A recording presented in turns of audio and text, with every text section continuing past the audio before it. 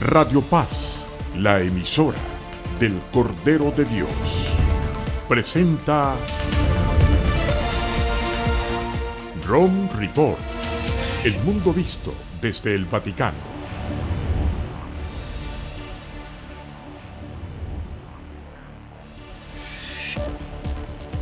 Hoy en nuestro programa acompañamos al Papa en su primera visita a las catacumbas. Conocemos a esta misionera irlandesa que ayuda a mujeres en Sudán del Sur. Reconstruyen el rostro de una santa del siglo XVI. Todo esto y mucho más aquí en Rome Reports.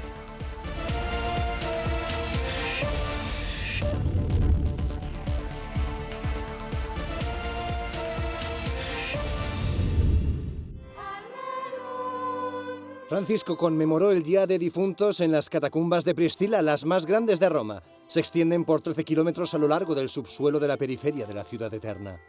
El Papa celebró la misa con gran recogimiento. Se le vio con gesto grave y meditabundo. Francisco centró su homilía en los difuntos mártires de la Iglesia. La celebrazione della festa di tutti i defunti in una catacomba.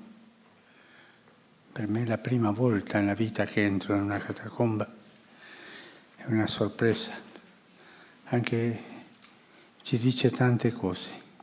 El Papa dijo que la persecución contra cristianos fue un periodo de la historia desagradable, pero que por desgracia no ha sido superado aún hoy en nuestros días. Anche oggi ci sono dei cristiani perseguitati, più dei primi secoli. Ce ne sono tante catacombe in altri paesi, dove persino devono fare finta di fare una festa, un compleanno, per celebrare l'Eucaristia, perché è vietato in quel posto farlo. El Papa dijo que estar en las catacumbas le hizo reflexionar sobre tres ideas: identidad, esperanza y lugar. Identidad porque las catacumbas ponen de manifiesto que un cristiano debe vivir con coherencia en cualquier época. Esperanza porque ayuda a soportar las dificultades porque se tiene la mirada en el cielo. Lugar se refiere al sitio donde un cristiano debe poner su corazón para perseverar hasta el final a pesar de las persecuciones. Io dove mi sento più sicuro? Nelle mani di Dio o con altre cose, con altre sicurezze che noi affittiamo, ma che alla fine cadranno, che non hanno consistenza. Puesto que el lugar era muy estrecho, fueron pocas las personas presentes. En años precedentes, el Papa celebró en los cementerios municipales de la ciudad y en un cementerio de la Segunda Guerra Mundial. La música, interpretada por este coro de religiosas acompañadas por un violonchelo, dio solemnidad a la ceremonia.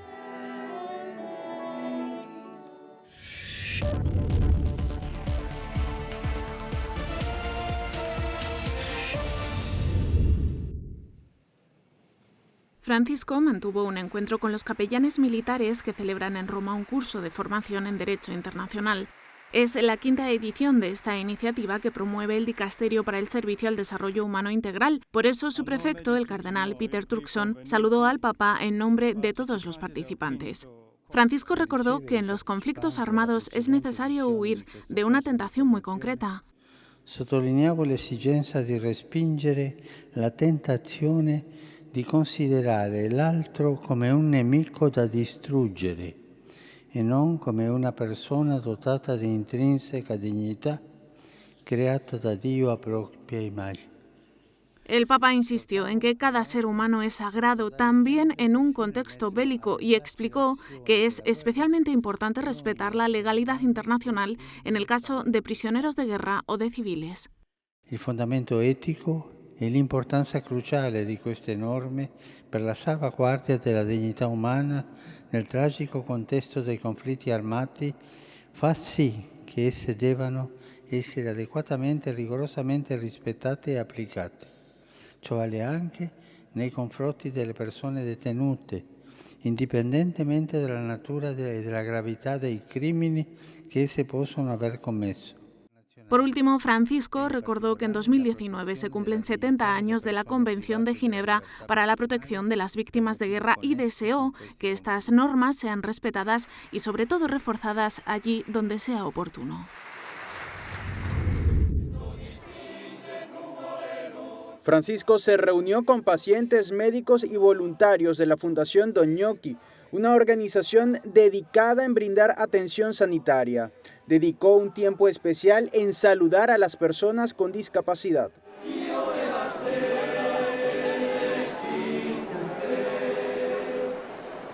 Mientras que a los médicos les pidió que no se cansen de servir y que integren la acción evangelizadora a su labor. Il senso e il valore della professione sanitaria e di ogni servizio reso al fratello infermo si manifestano pienamente nella capacità di coniugare competenza e compassione, ambedue insieme. Competenza e compassione. Francisco les recordó que se trata de una motivación que en el cristiano está animada por la caridad de Cristo. Dijo que la compasión consiste en sufrir con y animó a continuar tomando el ejemplo del buen samaritano. Messaggeri della sua.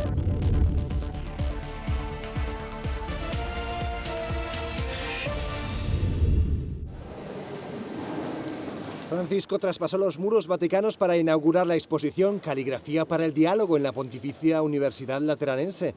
La muestra pretende invitar al diálogo interreligioso y cultural y es un homenaje al cardenal Jean-Louis Tauran. Está formada por 24 obras del artista de Arabia Saudí Othman Al-Khuzayem, quien acompañó al Papa durante el recorrido. Después, Francisco entró en el aula magna de la universidad, donde fue acogido con estas palabras del rector. En la universidad se estaba celebrando una jornada de preparación al Pacto Global sobre la Educación para la Paz, convocado por el Papa para mayo de 2020. Grazie per questo momento che chiude la riflessione di una giornata dedicata ai temi dell'educazione, ai temi della pace, ai temi dei diritti fondamentali. Francisco dio más detalles de por qué decidió convocar esa jornada mundial en el Vaticano, para la que ha invitado a personalidades de muchos ámbitos, desde profesores hasta líderes religiosos y políticos. Educare alla pace richiede di dare sollievo e risposta a coloro, molti purtroppo, che i conflitti e le guerre condannano a morte o costringono a abbandonare gli affetti, le abitazioni, i paesi d'origine. Francisco explicó que las nuevas generaciones necesitan una educación al diálogo para aprender a convivir. Di fronte alla mancanza di pace non basta invocare la libertà dalla guerra, proclamare diritti o anche utilizzare l'autorità nelle sue diverse forme. Occorre soprattutto mettersi in discussione, recuperare la capacità di stare tra le persone. En el futuro encuentro de mayo, el diálogo interreligioso jugará un papel fundamental. Por eso el Papa recordó al cardenal Jean-Louis Tauran. Fue prefecto del Dicasterio Vaticano encargado de las relaciones con otros credos. Falleció en 2018 y Francisco lo definió como ejemplo de hombre que supo cimentar la paz a través del diálogo. Él ci ha fatto capire.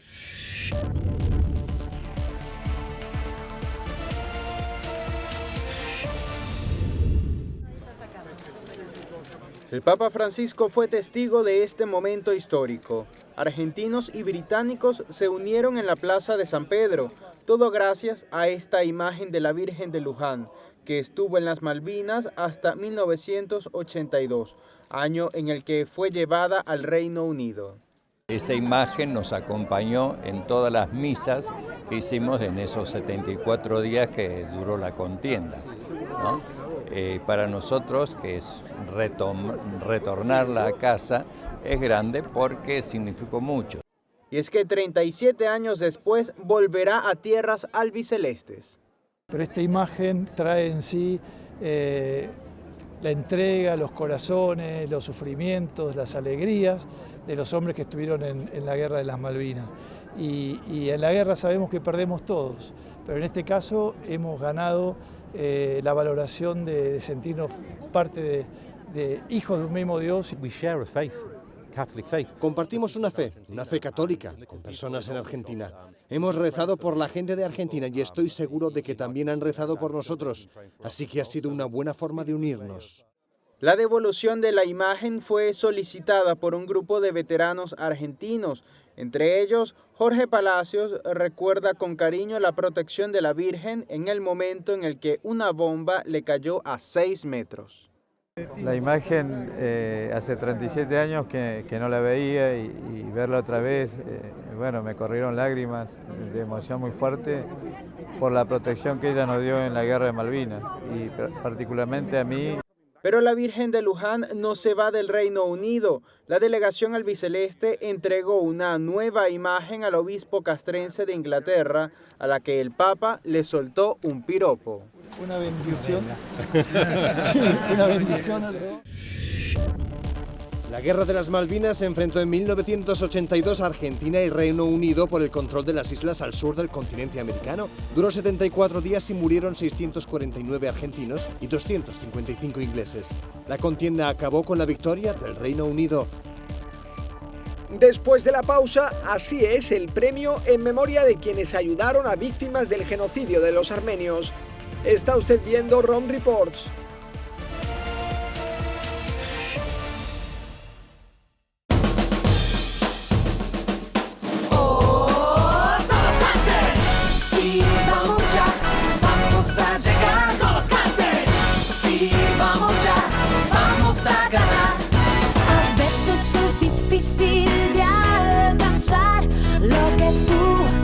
Quieres lograr, necesitamos una mano que nos va a ayudar. Hay que luchar y las estrellas tocar. Todo es posible y juntos podemos llegar. Todo es posible y juntos podemos ganar.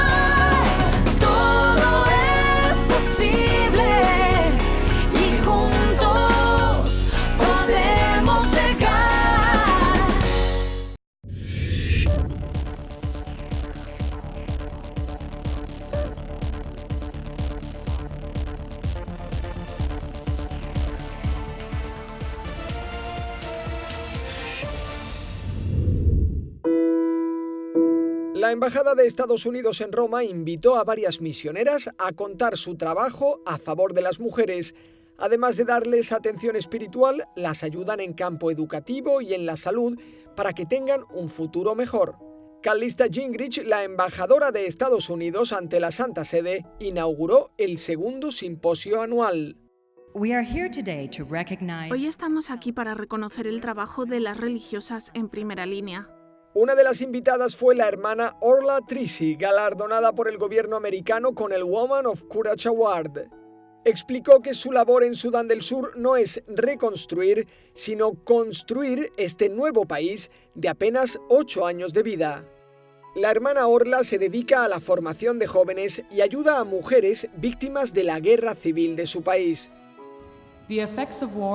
Las consecuencias de la guerra han afectado a todo el país, también a nosotras. Han asesinado a 2 misioneras y muchas de nuestras comunidades han sido atacadas. Del total de 11 millones de habitantes, 4 han abandonado sus casas y 7 millones sufren hambre.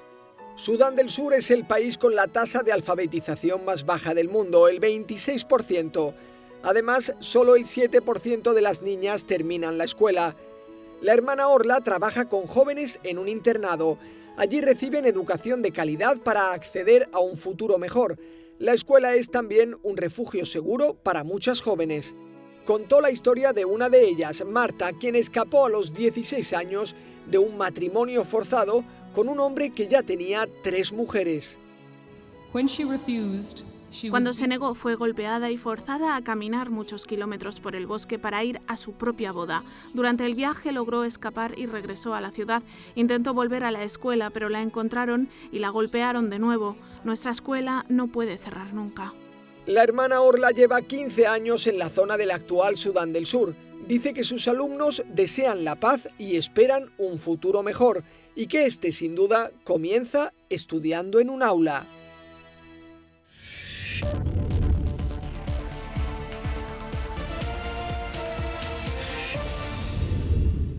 Un lugar seguro que les El padre Martín Lasarte lleva más de 2 décadas dedicado a las misiones. Es salesiano y el responsable para África y América. Son 2 realidades que conoce muy bien y quizás por eso el Papa Francisco pidió su presencia en el sínodo. Con respecto a la escasez de vocaciones sacerdotales en la Amazonia, el padre Martín Lasarte tiene su opinión personal. No piensa que la clave sea ordenar sacerdotes a indígenas casados, sino invertir en pastoral juvenil, familiar y vocacional. Yo he visitado comunidades que por 30 años, cuando acabó la guerra en Angola, fui a visitar comunidades que por 30 años no tuvieron la Eucaristía. Nunca vieron un sacerdote y comunidades vivas y ricas. Hombres, mujeres que en sus comunidades buscan de animar, de hacer crecer en la fe a sus hermanos cristianos en esa comunidad. Con la presencia o menos presencia de sacerdotes o de obispos o que sea.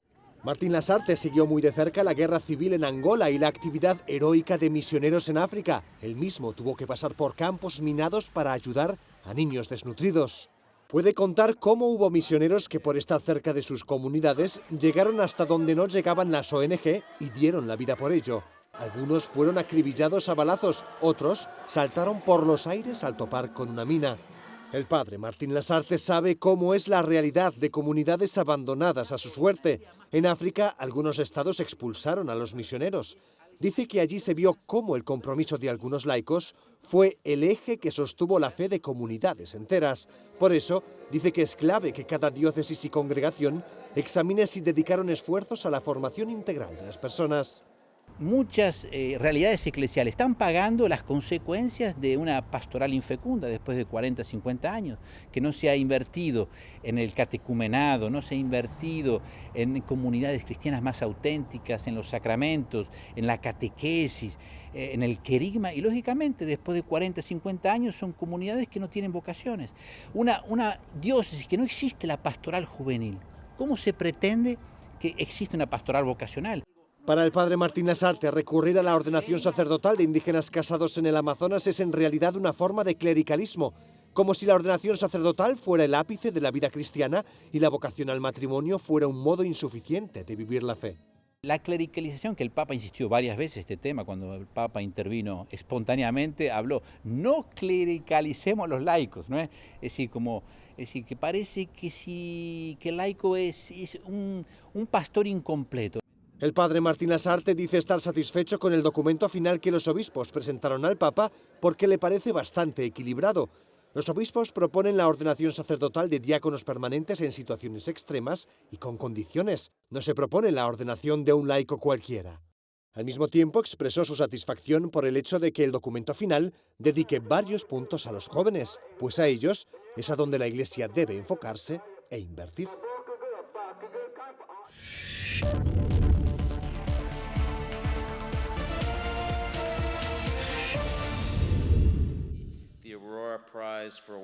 Cuando el médico iraquí Mirza Dinaji subió al escenario para recibir el premio Aurora 2019, se unió a una larga lista de héroes humanitarios también reconocidos por su labor en áreas remotas, a menudo trabajando sin recursos.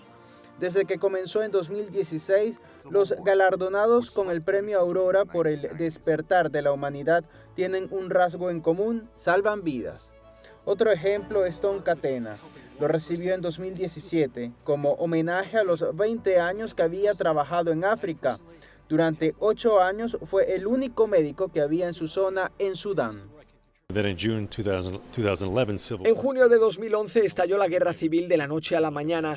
Así nos convertimos en un hospital de masas con heridos, víctimas civiles y militares. También en hospital para pacientes de traumatología que llegaban de la guerra. Ahora con el alto el fuego volvemos al otro tipo de enfermedades habituales. Ahora el trabajo diario de este misionero católico es ayudar a enfermos de malaria, tuberculosis, lepra y operar de urgencia. Por eso ha sido de gran ayuda el más de $1 millón que incluía el premio. Curiosamente, de esa cantidad, los galardonados solo pueden dedicar $100,000 a su propia institución. El resto deben repartirlo entre otras 3 organizaciones humanitarias que ellos señalen. Con este proyecto queremos atraer la atención del mundo hacia personas que arriesgan su vida para ayudar a otros y para salvar las vidas de los demás. Premiamos el sacrificio humanitario, por así decirlo. Nos motivó nuestro pasado, nuestra historia. En 2015, la nación armenia, en todo el mundo, recordó el centenario del primer genocidio del siglo XX que fue cometido por el entonces Imperio Otomano contra los armenios. Nos preguntábamos qué podíamos hacer para subrayar este aniversario. La pregunta condujo al Premio Aurora. Este año lo celebraron en Armenia, con los premiados de instituciones anteriores e invitados especiales. En octubre, los fundadores del premio viajaron a Roma para explicarle la idea al Papa. No fue una reunión muy larga, pero fue muy agradable. Le regalamos las historias de los finalistas y galardonados, también de armenios que habían sido salvados y sobrevivieron al genocidio. Hicimos un libro especial, le gustó mucho, le interesa mucho Armenia, conoce muy bien la historia del genocidio armenio. Con el paso de los años, cada vez reciben más candidatos para el Premio Aurora. Es una manera de reconocer a quienes hoy están salvando vidas, al tiempo que recuerdan a quienes lo hicieron en el pasado para salvar a armenios del genocidio. ¿Qué país tiene la menor tasa de niñas en la escuela? Burkina Faso, Níger, Somalia. Está usted viendo ROM Reports.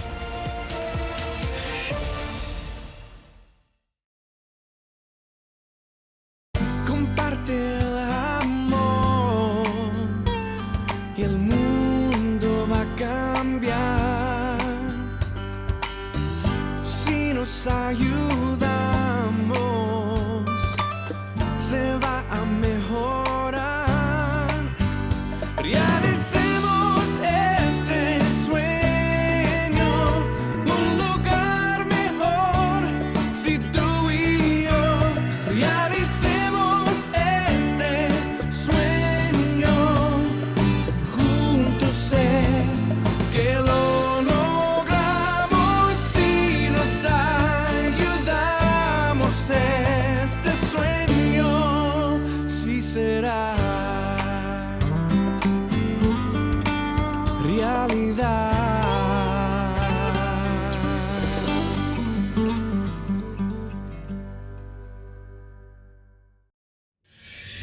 ¿Qué país tiene la menor tasa de niñas en la escuela? Burkina Faso, Níger, Somalia. La respuesta correcta es C. Debido a la pobreza, el 95% de las niñas en Somalia no pueden ir a la escuela. Está usted viendo ROM Reports.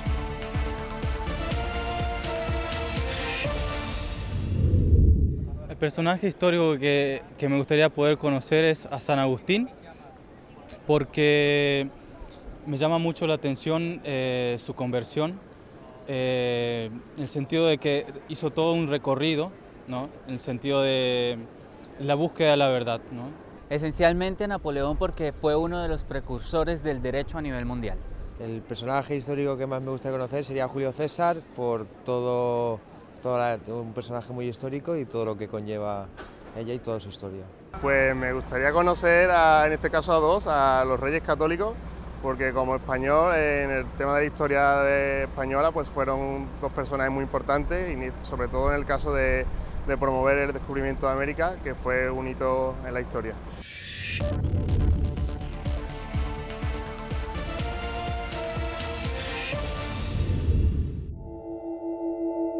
El diseñador 3D Cícero Moraes solo conocía 2 detalles sobre su próximo proyecto. Debía realizar una reconstrucción facial de una mujer europea de unos 50 años. Al terminar esta tarea quedó sorprendido al descubrir su identidad. Se trata de Santa Catalina de Génova, quien vivió una vida infeliz hasta que tuvo un encuentro con Dios que la llevó a atender a los enfermos en un hospital de Génova. Falleció en 1510. Me alegró mucho saber que es el cráneo de Santa Catalina de Génova. Una parte considerable de mi familia desciende de italianos y católicos. Para mí siempre es un honor reconstruir un rostro. La reconstrucción del rostro de Santa Catalina se completó en múltiples pasos, incluida la fotografía del cráneo, la digitalización de la cara con fotogrametría y la búsqueda de datos estadísticos para reproducir las diferentes capas que conforman el rostro. Para conocer el grosor de la piel, en algunos puntos fue necesario reconstruir los músculos principales de la cara y hacer algunas proyecciones. Por ejemplo, la estructura de la nariz, utilizando la forma del hueso nasal, y el tamaño de los labios mediante proyecciones de dientes y ojos. La reconstrucción del rostro de la santa se presentó en el Museo del Patrimonio Cultural Capuchino de Génova, en colaboración con el grupo de investigación ArcTeam en Italia. La reconstrucción despierta curiosidad, no solo sobre la vida de esta santa, sino también sobre todo lo que es posible reconocer sobre nuestro pasado.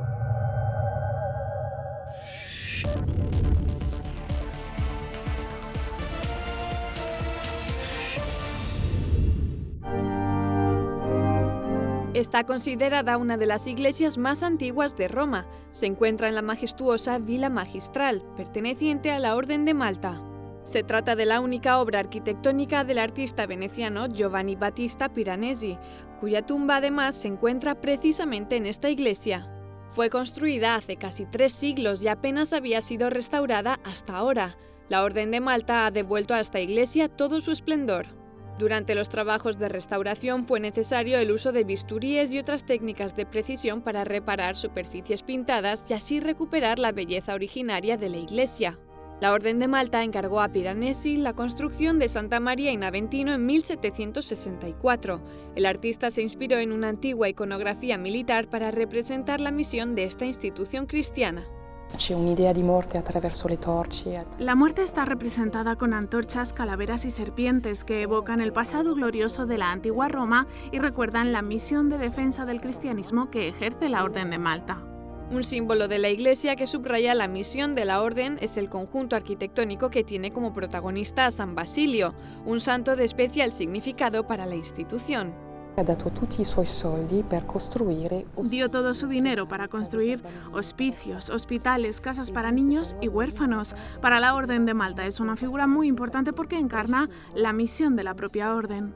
La Orden de Malta fue fundada en el siglo XI después de que los caballeros de Malta abrieran hospitales en Jerusalén para atender a los peregrinos de cualquier credo o nación. Más tarde, bajo el pontificado del Papa Pascual II, fue reconocida como una orden religiosa laica. Es una de las instituciones cristianas más antiguas de Occidente que todavía hoy en día presta un ingente servicio humanitario. La institución tiene relación con más de 100 estados, además de contar con misiones diplomáticas en la ONU y en la Unión Europea. Actualmente hay en marcha 120 programas sanitarios y sociales en todos los continentes y en muchos países. La Orden de Malta ofrece la posibilidad de visitas guiadas para que quien quiera pueda apreciar esta joya arquitectónica que ahora luce como si estuviera recién acabada.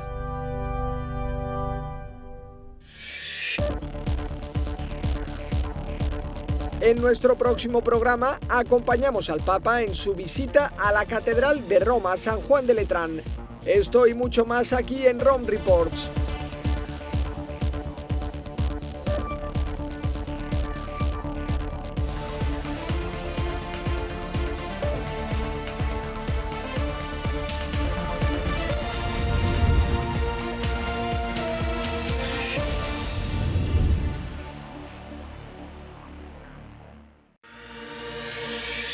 Radio Paz, la emisora del Cordero de Dios, presentó